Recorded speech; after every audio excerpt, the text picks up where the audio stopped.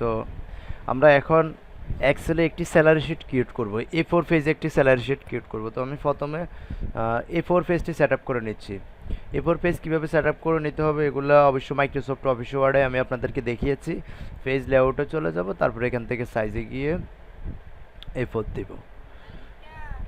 A4 দেওয়ার পরে আপনি দেখুন এখানে একটা এরিয়া চলে আসছে, এই যে একটা দাগ চলে আসছে আমার এখানে, আর পরে দিয়ে একটা দাগ, মানে এটা হচ্ছে আমার A4 পেজের এরিয়া। এর বাইরে গেলে আবার A4 পেজ নাই, A4 পেজ এতটুকু, আবার নিচে হচ্ছে এতটুকু। এখানে একটা এরিয়া আপনার হয়ে যাবে A4 পেজ সেট আপ করার সাথে সাথে। তো A4 পেজটা আমি সেট আপ করে নিলাম। এখন আমরা একটা স্যালারি শিট ক্রিয়েট করব। তো প্রথমে আমরা স্যালারি শিট ক্রিয়েট করার জন্য হয়তো প্রতিষ্ঠানের নাম দিতে পারি, প্রতিষ্ঠানের অ্যাড্রেস দিতে পারি, তারপর কোন মাসের স্যালারি শিট সেটা দিতে পারি।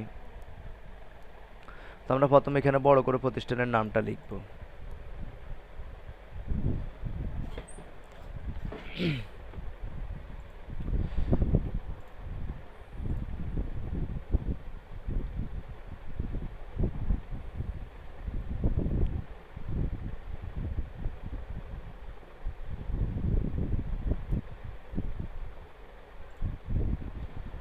আচ্ছা, আমি এখানে একটা প্রতিষ্ঠান লিখি বলতে আমাদের কলেজের ইয়াটাই লিখি, ফাতেমা ল কলেজ।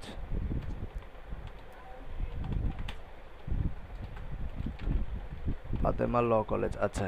এটা হচ্ছে মনে করেন আমাদের প্রতিষ্ঠান। তো এই ল কলেজের মধ্যে আমাদের অনেক স্টাফ আছে, টিচার আছে। তো তাদের স্যালারি শিট তৈরি করবে আমরা এখন। তো ওই ল কলেজের যেটা একটা হেডিং, প্রতিষ্ঠানের নাম, এটা বড় করে লিখতে হবে। তো এটার সাইজটা একটু বড় করে নিচ্ছি এখান থেকে। আচ্ছা, এটা সাইজটা বড় হয়েছে। এখন দেখুন এটা কিন্তু 60টি ঘরের মধ্যে বিভক্ত। তো এটাকে আসলে 60টি ঘরের মধ্যে বিভক্ত করতে চাই না, এটাকে আমরা মিডল রাখতে চাই। তাহলে আমরা সি ঘর থেকে লেখাটা শুরু করে মনে হচ্ছে এফ ঘরে বা জি ঘরের ভিতরে রাখলে লেখাটা সেন্টারে দেখা যাবে। তো আমরা এই তিনটা ঘরকে মার্জ অ্যান্ড সেন্টার করে নিব, করে তারপর এই যে লেখাটা আছে এই লেখাটাকে সেখানে নিয়ে যাব।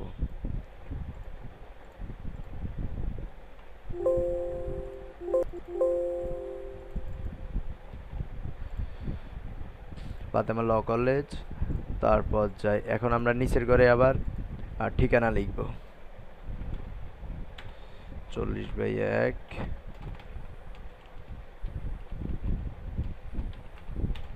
মেনালি রোড,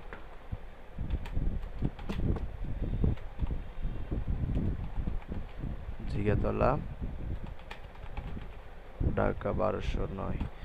এটা কিন্তু আমাদের প্রেজেন্ট অ্যাড্রেস। তারপর এই যে আমি অ্যাড্রেসটা দিলাম, এখন এই অ্যাড্রেসটা আরেকটু এদিকে নিয়ে আসতে হবে। তাহলে এটাকে আমি কপি করে নিয়ে নিই বা কাট করে নিয়ে নিই, তারপর এবার আবার এসে পেস্ট করে দিই।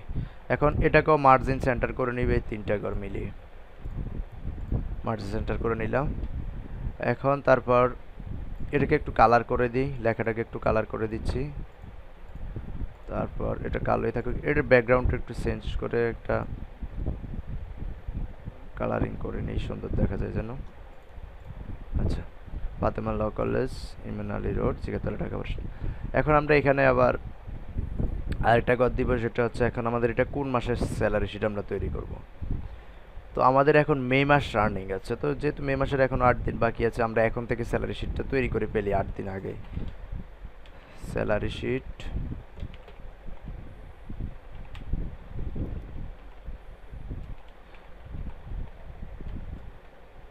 আচ্ছা, স্যালারি শিট মে। আচ্ছা, এখন এটাকে আমরা আর একটু পিছনে নিয়ে আসি। আপনারা কি আমাকে শুনতে পাচ্ছেন? হ্যাঁ স্যার। আচ্ছা, এখন এই যে তিনটা ঘরকে আমি একটা ঘর করে মার্জিন সেন্টার করে একটা ঘর করে ফেললাম। লেখাটাকে একটু বড় করে নিচ্ছি যেহেতু এটা আমাদের আজকের হেডিং। তারপর এটাকে একটা কালার দিয়ে দিচ্ছি, তারপর এটা ব্যাকগ্রাউন্ডে একটা কালার দিচ্ছি। আচ্ছা, তো আমাদের হেডিং করা শেষ। এখন ফাতেমা ল কলেজ, 40/1 মিনারি road, Jigatola, Dhaka 1209, salary sheet May মাস। তো এখন আমরা করব আহ,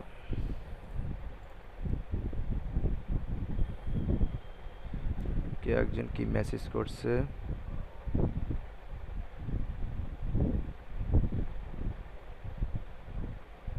হাসান আলী। আচ্ছা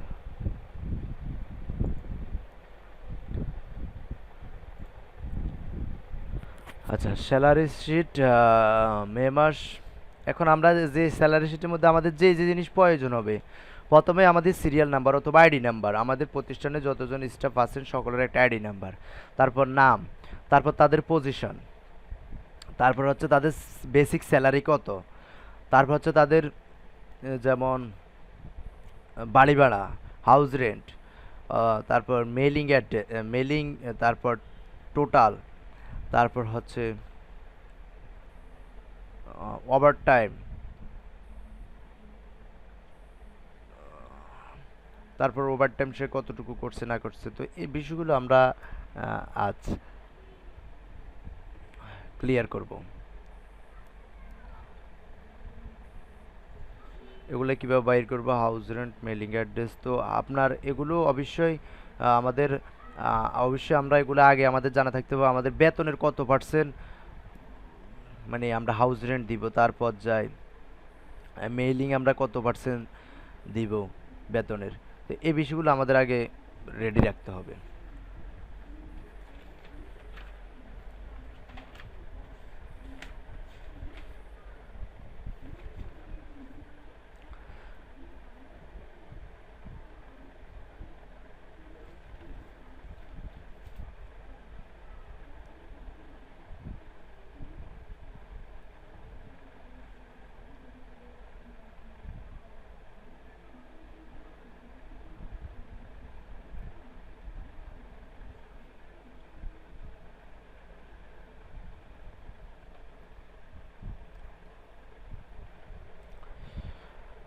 প্রথমে তাহলে দিচ্ছি সিরিয়াল নাম্বার,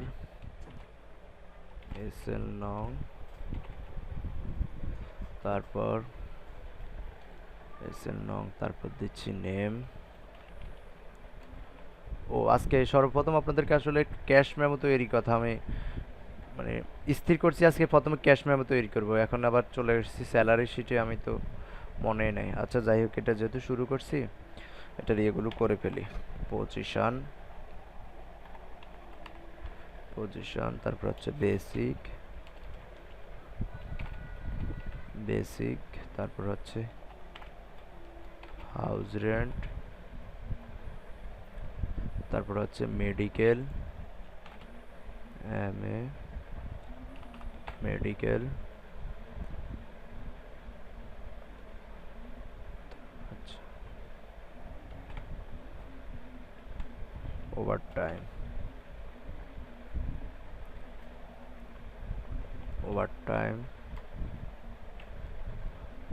তারপর হচ্ছে ওভারটাইম টোটাল, তারপর হচ্ছে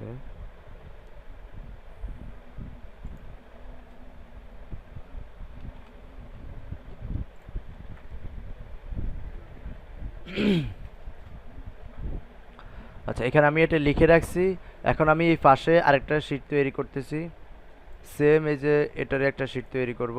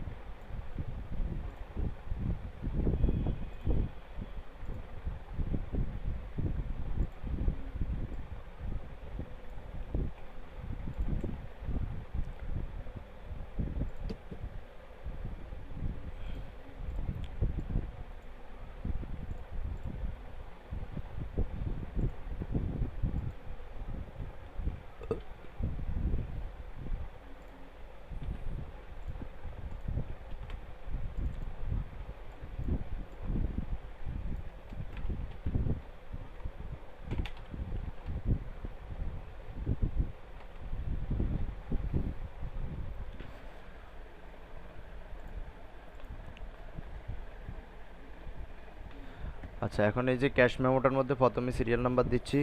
এটা একটা মূলত এখানে বাদামি কম্পিউটার ট্রেনিং সেন্টারে একটা ক্যাশ মেমো তৈরি করতেছি। এখানে আমি কিছু কম্পিউটার ট্রেনিং সেন্টারের মধ্যে কিছু কম্পিউটার আনবো, কিছু মাউস কিনবো, স্পিকার কিনবো, মনিটর কিনবো, প্রিন্টার কিনবো। তো সেক্ষেত্রে এখন আমি দোকান থেকে এগুলাই ক্রয় করছি। তো ক্রয় করার ফলে দোকান আমাকে এখন একটা ক্যাশ মেমো তৈরি করে দিবে। তো সেই ক্যাশ মেমোটা আমরা এখন কীভাবে তৈরি করবো? তাহলে প্রথমে সিরিয়াল নাম্বার দিয়ে নিই, কয়টা কী কী কিনবো। সিরিয়াল নাম্বার, তারপর আইটেম, সিরিয়াল নাম্বার, আইটেম, তারপর কোয়ান্টিটি, কোয়ান্টিটি দিব, তারপর দিব ইউনিট প্রাইস, ইউনিট প্রাইস, তারপর দিব টোটাল প্রাইস,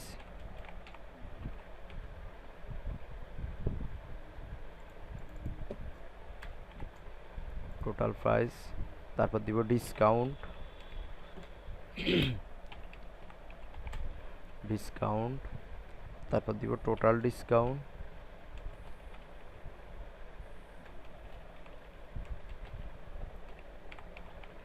টোটাল ডিসকাউন্ট, তারপরে দিব নিট প্রাইস।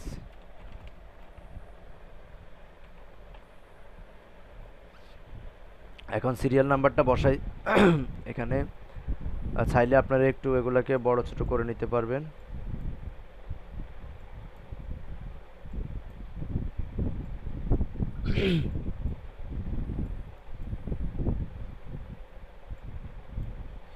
সিরিয়াল নাম্বার দিয়ে নিচ্ছি 1 2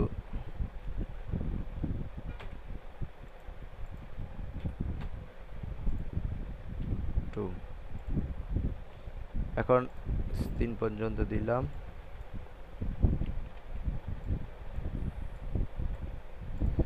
আচ্ছা, তারপর আইটেম দিব প্রথমে কম্পিউটার, কম্পিউটার 25 পিস কিনলাম। এক পিসের দাম হচ্ছে আপনার 40,000 টাকা করে।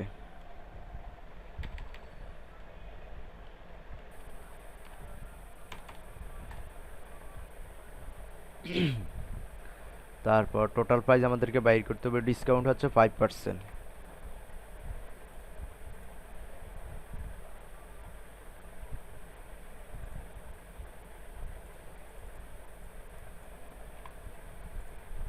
ডিসকাউন্ট হচ্ছে 5%।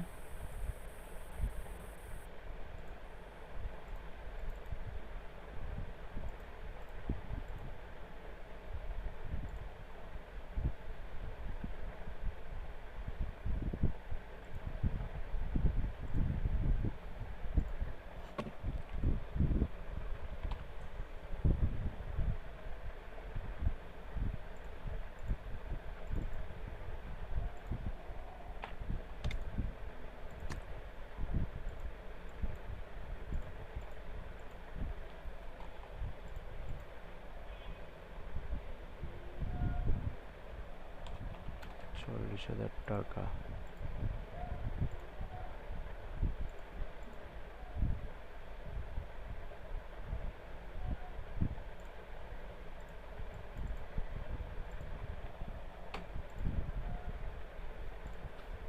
Total price, unit price, discount price. আচ্ছা, তারপর মাউস, MOUS, মাউস 50 পিস, একটা 500 টাকা করে, ডিসকাউন্ট হচ্ছে 10%।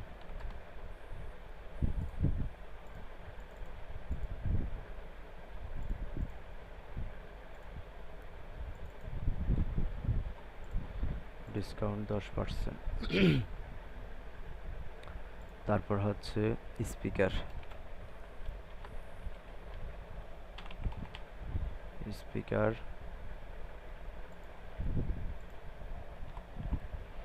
স্পিকার কিনলাম 100 পিস,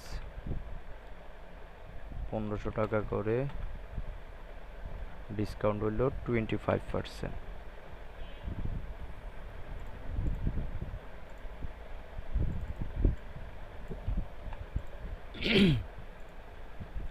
তারপর মনিটর, মনিটর ক্রয় করলাম, কোয়ান্টিটি 200 পিস, 6500 টাকা করে, ডিসকাউন্ট 5%।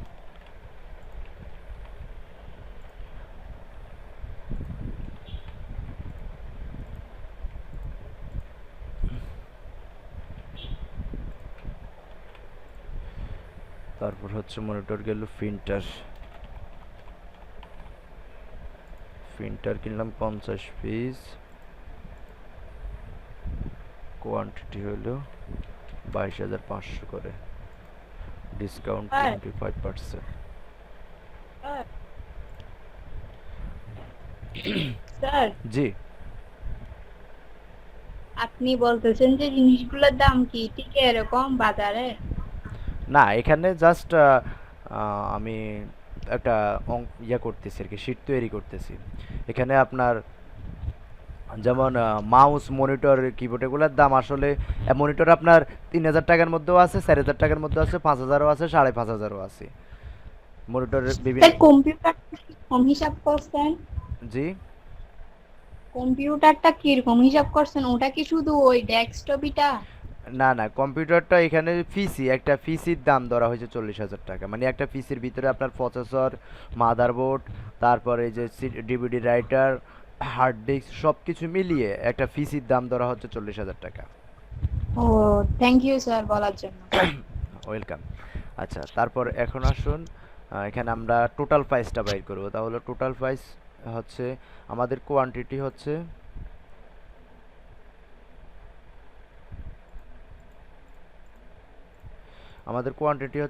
এখানে কম্পিউটার হচ্ছে 25 পিস, একটার দাম হচ্ছে 40,000 টাকা করে। এখন আমরা এটাকে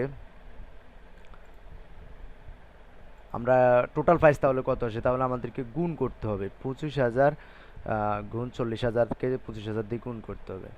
তো সেক্ষেত্রে আমাদেরকে লক্ষ্য করতে হবে আমাদের 25,000 নাম কি, এই 25,000 এটার নাম কি একজন বলেন তো দেখি।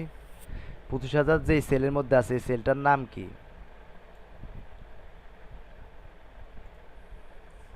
L6 L6, thank you.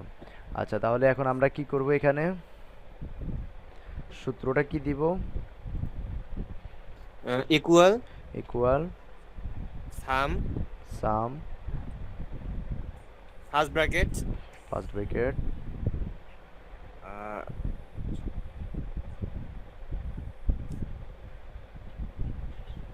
L6 L6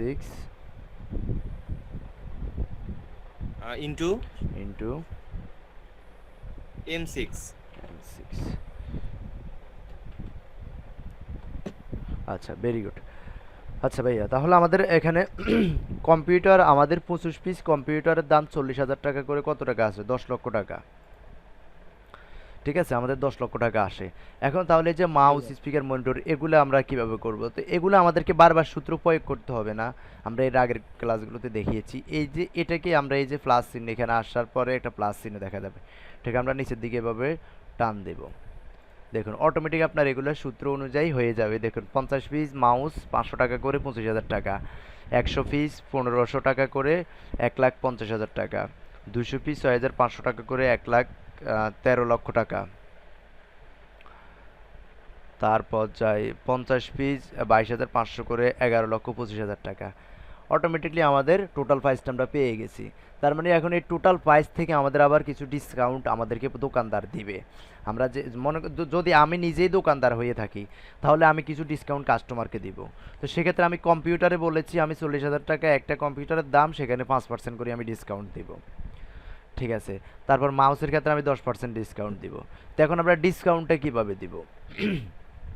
যে পার্সেন্টেজের ডিসকাউন্ট, তাহলে আমাদেরকে টোটাল প্রাইজের সাথে এই যে ডিসকাউন্ট আমাদের দিতে হবে। তাহলে আমরা এখানে ইকুয়াল সাম ব্র্যাকেট টোটাল প্রাইসটা আছে আমাদের N6। তো এখন যেহেতু আমরা এটাকে পার্সেন্টেজে আছে, তো সেক্ষেত্রে আমরা এটাকে আমাদের টোটাল ডিসকাউন্ট কত আসে আমরা এটাকে ভাগ করব, তাই না? ভাগ 5%। 5% বলতে O6।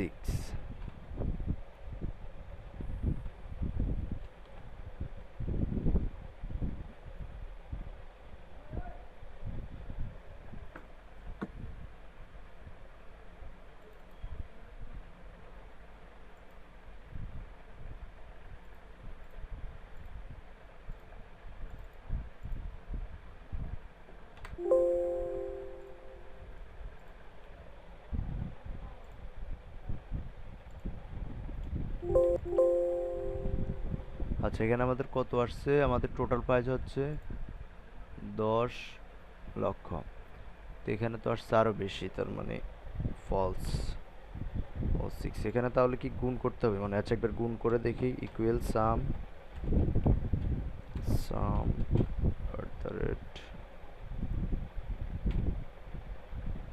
n6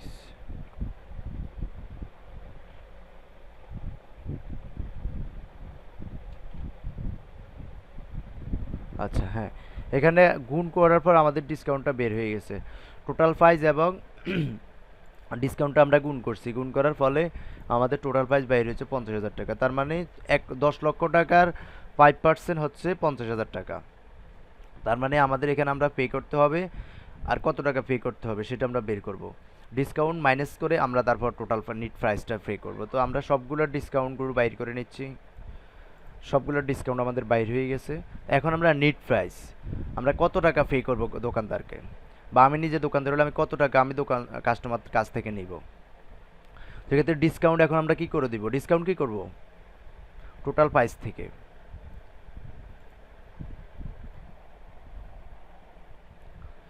কে একজন বলেন আমরা এখন ডিসকাউন্টটাকে কি করব?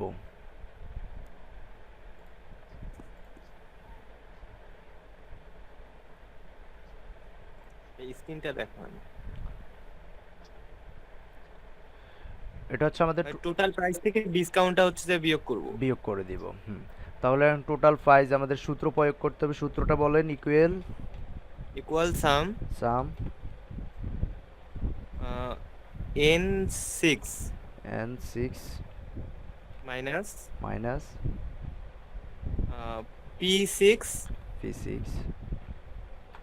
ওকে, ক্লোজ। তাহলে হচ্ছে 9,50,000 টাকা হচ্ছে আমাদের নিট প্রাইস। এটা হচ্ছে কম্পিউটারের ক্ষেত্রে। তো ঠিক আছে, নিট প্রাইস দিয়ে দিলাম। সব কিছু নিট প্রাইস আমরা পেয়ে গেলাম। এটা কিন্তু আমাদের ডিসকাউন্ট মাইনাস করা হয়েছে, ডিসকাউন্ট বাদ দেওয়া হয়েছে, বাদ দিয়ে আমাদের নেট প্রাইস। তো এটা আমরা কাস্টমারের কাছ থেকে এই টাকাটা নিব। তাহলে টোটাল তার কত টাকা হয়েছে, টোটাল তার কত টাকা হয়েছে আমরা এখন সেটা বাইর করব। তাহলে টোটালটা আমরা তো এখানে বাইর করব।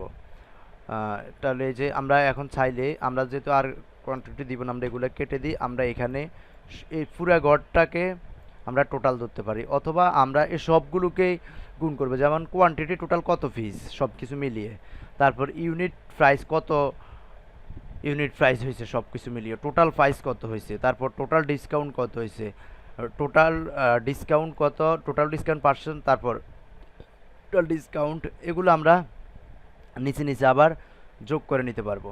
তো আমরা নিট প্রাইসটা যোগ করি। নিট প্রাইসটা যোগ করার ক্ষেত্রে আমাদেরকে কি করতে হবে? সূত্রটা একজন বলবেন। ইকুয়াল সাম, তারপরে নিট প্রাইসটা সবগুলো নিট প্রাইস যোগ করব এখানে। q6 Q6 অনুপাত হবে মনে হয়। হ্যাঁ, অনুপাত q q10 Q10। ওকে, তাহলে আমাদের 32,20,000 টাকা আমাদের মোট বের হয়েছে।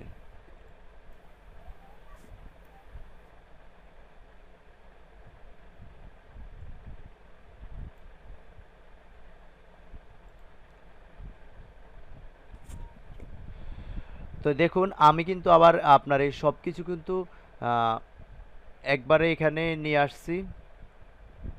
এটা কি একবারে হয়েছে? ডিসকাউন্ট 50,000 টাকা, 3,80,000 টাকা, 2,25,000 টাকা। হ্যাঁ ঠিক আছে। তো এটা কিন্তু এখানে সব কিছু টোটাল কোয়ান্টিটি 425 পিস, সবগুলো সব কিছু মিলিয়ে তার ইউনিট প্রাইস হচ্ছে 71,000, মানে 71,000 ইউনিট প্রাইস হয়েছে আমাদের। 40,500, তারপর 15, সব কিছু মিলিয়ে 71,000। তারপর টোটাল প্রাইস হয়েছে আমাদের 3,60,000 টাকা, নাকি 36 লক্ষ,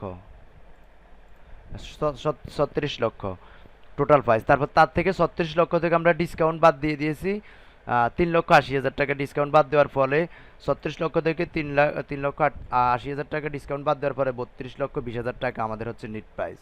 তো এই নিট প্রাইস আমি দোকানদার হলে 3,20,000 টাকা আমি 22,000 টাকা আমি কাস্টমার থেকে নিব। এখানে 32,20,000 টাকা। তো আপনার এভাবে আপনারা আসলে ক্যাশ মেমো তৈরি করতে পারবেন, যেখানে আমাদের কোনো ক্যালকুলেশন করতে হবে না, এই যে বারবার আপনাকে একটা জিনিসের হিসাব আপনারা করবেন। এই যে কম্পিউটারে হিসাব করছেন, সবগুলোর হিসাব বের হয়ে গেছে, তারপর এখানে একটা হিসাব করছি, সবগুলোর হিসাব বের হয়ে গেছে। তো সেক্ষেত্রে আমাদের কম্পিউটারের সুবিধা, আমরা যদি আমরা প্রাতিষ্ঠানিকভাবে কাজ করে থাকি, প্রতিষ্ঠান থাকে, আমরা এইভাবে হিসাবগুলো রাখতে পারবো, কাস্টমারদের সাথে এইভাবে হিসাব করতে পারবো। আর এখানে আরেকটা জিনিস মজার বিষয় হচ্ছে কি, আপনাকে সূত্রটাও বারবার ব্যবহার করতে হবে না। আপনার প্রতিষ্ঠানটা যদি এ রিলেটেড হয়, এরকমই হয়, প্রতিদিন যদি এভাবে সেল হয়, তখন আপনার একই সূত্রের উপর আপনি বারবার প্রয়োগ করবেন। কিভাবে দেখুন, এখানে কোয়ান্টিটি 25, এখন সে বলছে ভাই আমাকে আরও 25 না আবারও 5 পিস বাড়তি দেন, আরও 5 পিস আপনি অ্যাড করার সাথে সাথে সবগুলো পরিবর্তন হয়ে যাবে। দেখুন অটোমেটিক সবগুলো পরিবর্তন হয়ে যাবে। এই দেখেন আমি 30 দিয়ে দিয়েছি, কিন্তু সকল প্রাইস পরিবর্তন হয়ে গেছে, ডিসকাউন্ট সব কিছু আপনার অটোমেটিক নিয়ে নেবে। তো এখানে আপনি যদি আপনার ইউনিট প্রাইসটা আরও একটু বৃদ্ধি করতে চাচ্ছেন, কম্পিউটারগুলো আরও উন্নত মানের মনে হচ্ছে, এগুলোকে আপনি 45,000 টাকা করে ইউনিট প্রাইস দিলেন, দেখুন অটোমেটিকলি সব জায়গায় পরিবর্তন হয়ে যাবে। এই ক্ষেত্রে আপনাকে বারবার পরিবর্তন করতে হবে, বারবার হিসাব করতে হবে না। আপনি এখানে প্রিন্টার মনিটরও সেম, মনে করেন সে আরও 10 পিস বেশি নিবে, তো সেক্ষেত্রে 210 পিস নেবে, হিসাব করার পরে সে বলছে আরও 10 পিস নেবে, ঠিক আছে 210 পিস দিয়ে দিলাম, অটোমেটিক আমার হিসাব আবার চলে আসছে। দেন আপনি 36,14,250 দেন, তাকে আবার হিসাব করতে হয় না, এগেন আবার 10টার দাম কত, এই সেই এগুলো আর করতে হবে না। বুঝতে পারছেন আপনারা? জি ভাইয়া। তো আমরা আজকে ক্যাশ মেমোটা করছিলাম। ক্যাশ মেমোর কি আপনাদের কারোর কোনো সমস্যা আছে? সবাই রেসপন্স দিলে আমি মোটামুটি বুঝতে পারবো সবাই না বুঝতে পারছে। ক্যাশ মেমো আপনাদের না। কারোর কোনো সমস্যা আছে?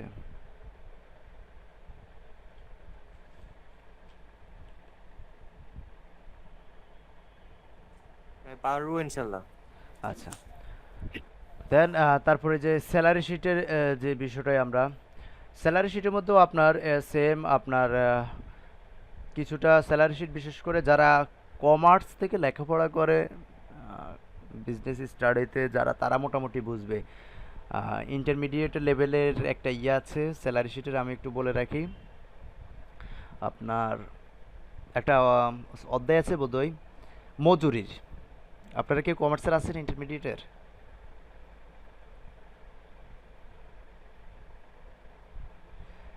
ইন্টারমিডিয়েটে থাকতে পারে, তার উপরেও আরও থাকতে পারে, মজুরির একটা ইয়ে আছে। তো তো স্যার আমাদের সায়েন্সের কি হবে? সায়েন্সের কি হবে, আপনারা আসলে এই হিসেবগুলো বিশেষ করে যারা কমার্স আর ম্যানেজার, তো বিশেষ করে আপনার বিজনেস স্টাডি থেকে যারা ইয়ে করে বা ব্যাংকের মধ্যে যারা কাজ করে, বিশেষ করে তাদেরকে তো কমার্স থেকে নেয়। এই হিসেব কিতাবগুলো কিন্তু আসলে বিশেষ করে কমার্সের স্টুডেন্টরাই বেশি ইয়ে করে। আর যারা কমার্স আছে তারা, তাহলে আমাদের শিখে লাভ নাই। জি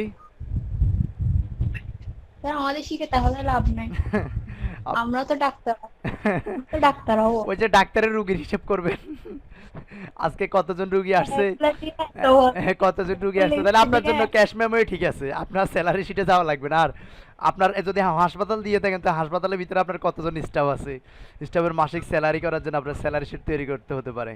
সেক্ষেত্রে যদি আপনি ম্যানেজার রেখে দেন, তাহলে আর আপনার শিখে লাগবে না। আচ্ছা স্যার, থ্যাংক ইউ। ভাই ম্যানেজার হিসেবে আমাকেই নিয়েন।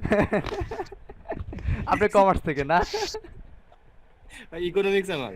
ও আচ্ছা, না কমার্স থেকে যে বলছে, কারণ কমার্সের স্টুডেন্ট কিন্তু এই শিটগুলো কিন্তু ওরা খুব ভালোভাবে জানে। স্যালারি শিটের কি কি থাকে, একটা স্যালারি শিটে ক্যাশ মেমোর মধ্যে কি কি থাকে, যে quantity, unit price, total price, তারপরে একটা স্যালারি শিটে কি কি থাকে, ওভার টাইম কীভাবে বাইর করতে হয়। তো এগুলো কিন্তু কিছু সূত্র আছে, ওভার টাইমও কিন্তু সূত্র আছে, হাউস রেন্টের সূত্র আছে। তো এই সূত্রগুলো আসলে তারা বই পুস্তকে আছে বিষয়গুলো, এই জন্য তাদের জন্য সুবিধা হয় আর কি কাজগুলো করতে। তারপরে এখানে সিরিয়াল নাম্বারে আমরা সিরিয়াল নাম্বার দিয়ে যাই, 1 2 3 3টে পর্যন্ত দিলাম, তারপর নিচের দিকে ড্র্যাগ করলাম, হয়ে গেল অনেকগুলো। তারপর এখানে নাম মনে করেন কয়েকটা দিই,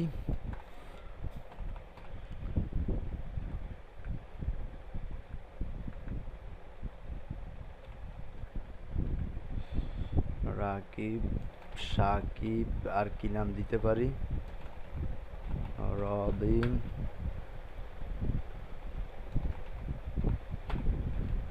আচ্ছা আচ্ছা দিলাম কয়েকটা নাম, তারপর পজিশন দিয়ে দিই টিচার,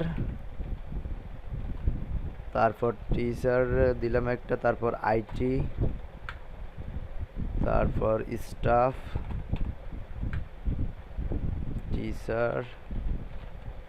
আচ্ছা এখন এই টিচারের বেসিক স্যালারি মনে করেন 20,000 টাকা, তারপর আইটি যে তার বেতনও 20,000 টাকা, স্টাফ তার বেতন ধরলাম 15,000 টাকা,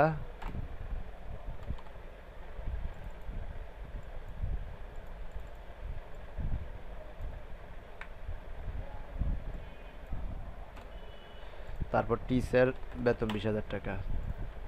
এখন হাউস রেন্ট কত পার্সেন্ট দিব, তার বেতনের কত পার্সেন্ট আমরা তাকে প্রতিষ্ঠান তাকে বাড়ি ভাড়া ইয়ে দিবে, হাউস রেন্ট দিবে, তো আমরা সে হয়তো 5% দিতে পারে, 2% দিতে পারে বেতনের। তারপর আবার কল্যাণ তহবিল থাকে, কত পার্সেন্ট তহবিল জমা রাখবে, অনেকগুলো বিষয় আসলে থাকে, ইন্স্যুরেন্স থাকে।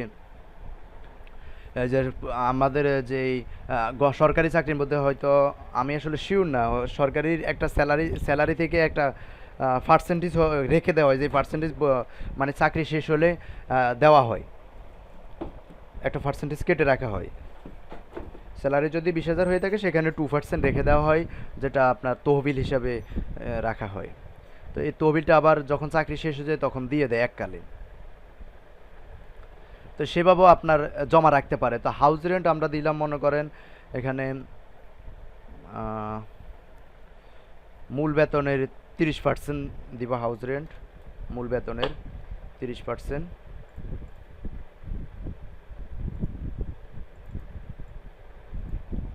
আচ্ছা টিচারের ক্ষেত্রে দিলাম মনে করেন 30%, আইটির ক্ষেত্রেও 30% দিলাম, এখানে দিলাম মনে করেন 20%, এখানে 20%,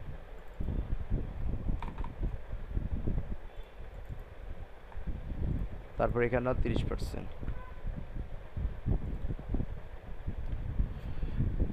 এখন মেডিকেল যেটা সেটা কত পার্সেন্ট দিব, তো মেডিকেলেরটা মূল বেতনের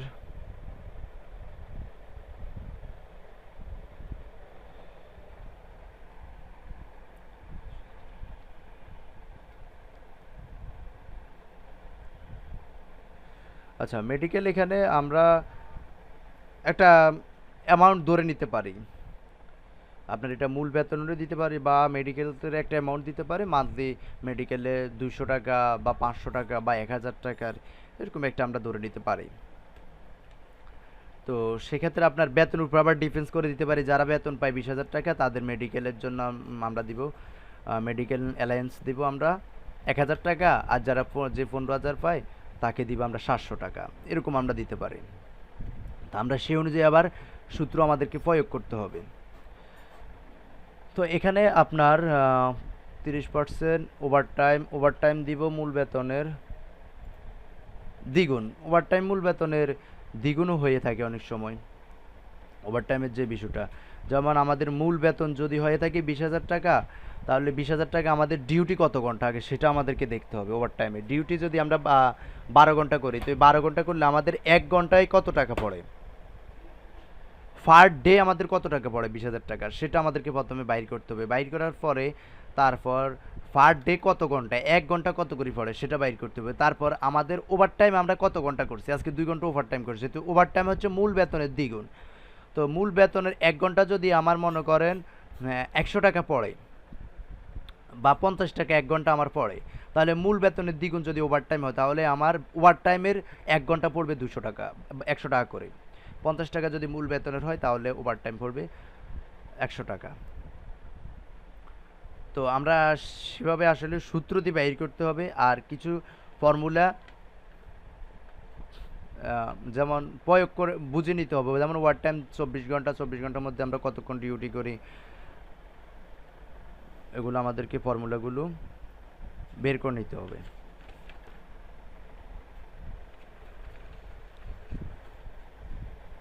মেইলিং হাউ ডাজ ওটি ফিস,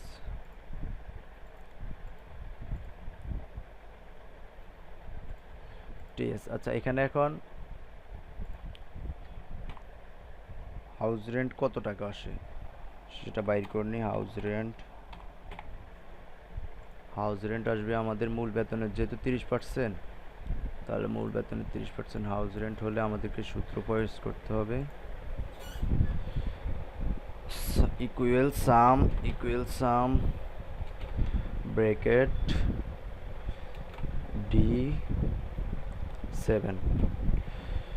D7 ইন্টু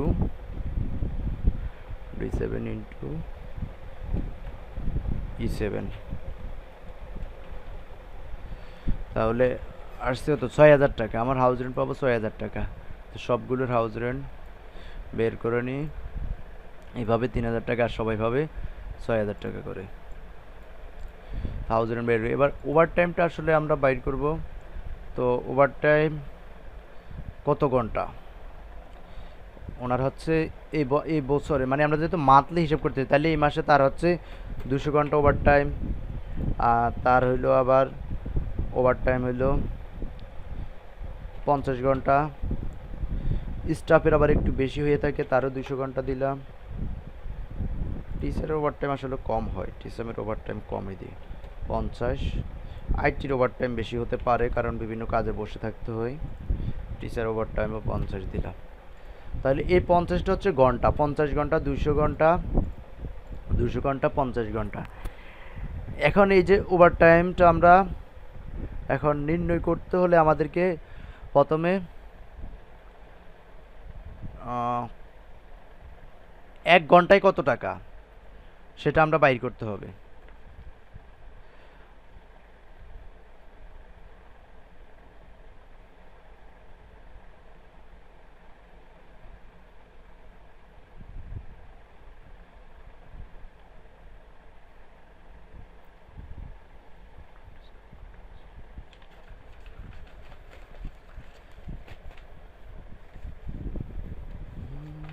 খাতা কলম নিতে হবে এখন সামনে, আবার আমার এখন অঙ্ক করতে হবে বসে বসে।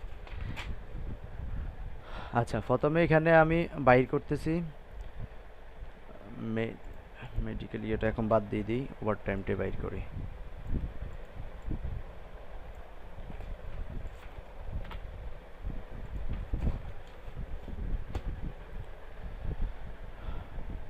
তাহলে মূল বেতন হচ্ছে 20,000 টাকা। এখন 20,000 টাকাকে 24 দ্বারা আগে ভাগ করি, ক্যালকুলেশন।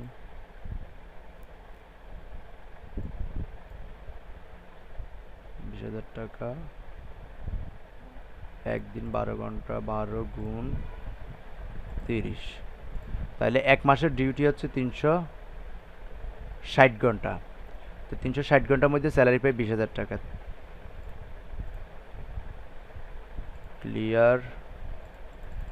20,000 ভাগ 360 সমান 55 টাকা পড়ে পার ঘন্টা। যেহেতু আমাদের ওভার টাইম দ্বিগুণ, তাহলে গুণ 2, 111 টাকা। 111 টাকা হচ্ছে আমাদের পার ঘন্টা।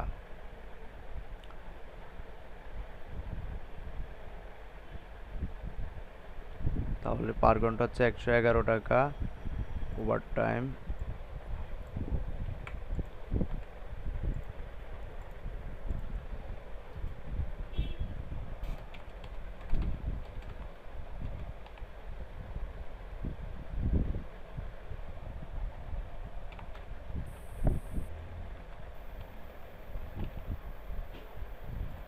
আচ্ছা, ওভার টাইম প্রাইস। এবার এখানে একটা সূত্র লিখি, equal sum bracket D7 B7 ভাগ 360, 55 টাকা। ও আচ্ছা, সূত্রটার 360 গুণ 2। তো দেখুন এখানে এখন এই সূত্রটা প্রয়োগ করে দিয়েছি, এখন আমরা এখান থেকে ডাক করে নিয়ে নিব। তাহলে এখানে ওভার টাইম পড়ছে আমাদের 83 টাকা, এখানে এদের 111 টাকা করে পড়ছে। তখন আমরা নিট ওভার টাইম বাইর করব। সেক্ষেত্রে আরেকটা কলাম এখান দিয়ে বৃদ্ধি করতে হবে। এই কলামটার পরে আরেকটা কলাম বৃদ্ধি করতে চাচ্ছি, তো সেক্ষেত্রে ইনসার্ট সিট কলাম।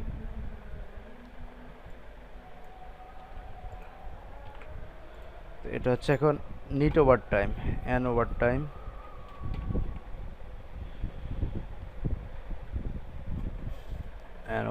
এখন আমরা এই দুটাকে গুণ করব, তাহলে এফ গুণ জি,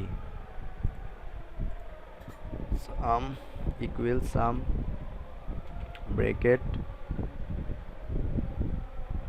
এফ 7 গুণ জি 7,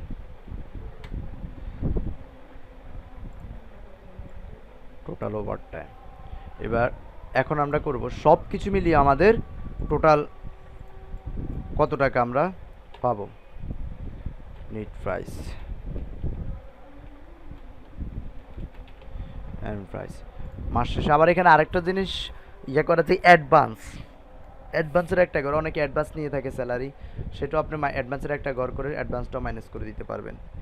এখানে নিট প্রাইস, এখন আমরা নিট প্রাইস তাহলে কি, প্রথমে বেসিক স্যালারি তো পাবো, তারপর ওভারটাইম যেটা করছি সেটাও পাবো, তারপর হাউস রেন্ট পাবো, তাহলে এই তিনটা জিনিসকে আমাদেরকে যোগ করতে হবে। তাহলে ইকুয়াল সাম ব্র্যাকেট প্রথমে D7 plus G7 plus I7,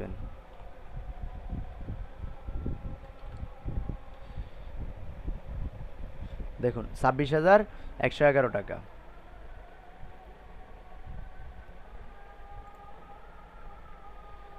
26,111 টাকা, 20,000 টাকা। ও সরি, এখানে সূত্রটা বলেছে, এখানে G7 হবে না, এখানে হবে H7, এই জন্য তো এখানে সাম F7 এই যে G7 দিয়েছিলাম, এখানে H7 হবে।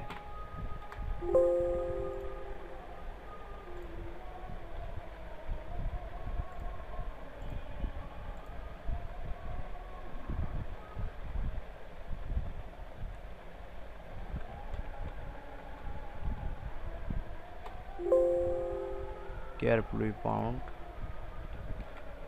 আচ্ছা এটা কেটে দিচ্ছি আবার নতুন করে।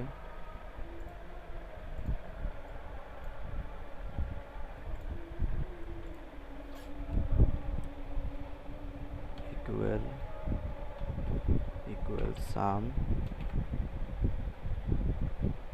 D7 plus H7 plus I7,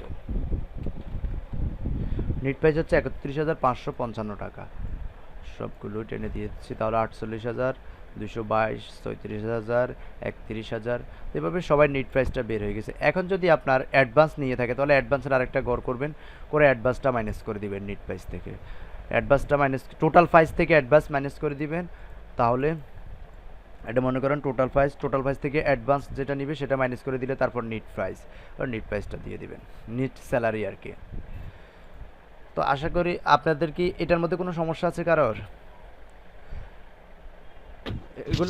এগুলা সম্পূর্ণ আসলে সূত্রের উপর ডিপেন্ডেন্ট, এগুলো আসলে সূত্রগুলো একটু লক্ষ্য করলে বুঝতে পারবেন। স্যালারি শিটে কারো কোনো সমস্যা আছে? না স্যার।